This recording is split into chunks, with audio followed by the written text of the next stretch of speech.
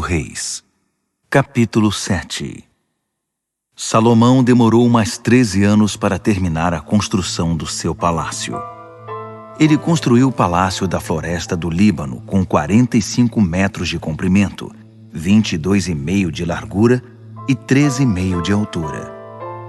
Tinha 4 fileiras de colunas de cedro, que sustentavam 45 vigas de cedro, 15 em cada fileira. Por cima estavam cobertas com cedro. Dos 2 lados havia janelas em grupos de 3. As portas eram retangulares e estavam organizadas simetricamente. Construiu um pátio com colunas medindo 22,5 metros de comprimento e 13,5 de largura. Na frente havia outro pátio coberto, e a cobertura se estendia além das colunas. Fez também um salão para audiências, também chamado Salão da Justiça, no qual ele julgava as causas. O salão foi inteiramente revestido de cedro. Construiu seu palácio particular atrás do Salão da Justiça, de maneira muito parecida. Salomão também construiu outro palácio semelhante para a filha do faraó, com quem tinha se casado. Ele não economizou. Todas as pedras utilizadas dentro e fora, desde a fundação até o telhado, eram de primeira linha, cortadas, lavradas e polidas com precisão. As pedras da fundação eram enormes, entre 3,60 metros e 4,5 metros. Eram de excelente qualidade. Por cima foram postas as melhores pedras, cortadas sob medida, e vigas de cedro. O grande pátio foi cercado por um muro de 3 camadas de pedras e uma de tábuas de cedro, como no pátio interior do Templo do Eterno. O rei Salomão mandou chamar Hurão de Tiro. A mãe de Hurão era uma viúva da tribo de Naftali. O pai dele era de Tiro e artesão em bronze. Hurão também era um artesão muito hábil. Fazia qualquer trabalho em bronze. Ele veio ajudar Salomão e fez todo o trabalho de bronze.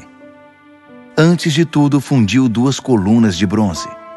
Cada uma media 8 metros e 10 centímetros de altura e 5 metros e 40 centímetros de circunferência. Também fundiu 2 captéis de bronze para a parte de cima das colunas. Cada um deles media 2 metros e 25 centímetros de altura e tinha o formato de lírio. Cada captel era ornamentado com um conjunto de 7 correntes entrelaçadas e 2 fileiras de 200 romãs, que cobriam os captéis no alto das colunas. Ele levantou as colunas do pórtico à entrada do templo. A coluna do lado sul, ele deu o nome de Segurança, Jaquim. E a do lado norte, Estabilidade, Boaz. Os captéis no alto das colunas tinham o formato de lírios. Depois que terminou o trabalho das colunas, Hurão começou a fazer um enorme tanque redondo de metal fundido. Media 4,5 metros de diâmetro, 2 metros e 25 centímetros de altura e 13,5 metros de circunferência. Abaixo da borda havia 2 fileiras de enfeites em formato de frutas, uma a cada 5 centímetros, fundidas numa só peça com o tanque. O tanque apoiava-se sobre 12 touros, 3 voltados para o norte, 3 para o oeste, 3 para o sul e 3 para o leste. A cabeça dos touros ficava para fora e o tanque repousava sobre as costas dos touros. A espessura do tanque era de 4 dedos e a borda tinha acabamento como de um cálice ou como um lírio. Tinha capacidade para 40.000 litros. Hurão também fez 10 suportes de bronze. Cada um media 1,80 metros de largura e de comprimento e 1,35 metros de altura. Do lado havia painéis presos à moldura. Havia neles figuras de leões, bois e querubins gravados. Na moldura abaixo e acima dos leões e dos bois havia pendentes de metal, como uma grinalda. Cada suporte era montado sobre 4 rodas e 2 eixos de bronze. As molduras eram fundidas com obras ornamentais. Cada suporte possuía uma abertura redonda de 45 centímetros de profundidade sobre uma base de 70 centímetros quadrados. O suporte propriamente era quadrado. Os eixos eram presos sob o suporte e as rodas nos eixos. As rodas mediam 70 centímetros de diâmetro e eram como de carruagem. Eram feitas inteiramente de bronze fundido.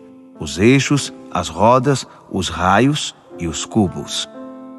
Em cada canto do suporte havia um cabo fundido numa peça com o suporte. No alto do suporte havia um aro de 22 centímetros de altura. As molduras e os cabos estavam fundidos com o suporte. Toda a superfície era gravada com querubins, leões e palmeiras rodeadas com um entalhe de grinaldas. Todos os suportes eram idênticos e fundidos no mesmo molde.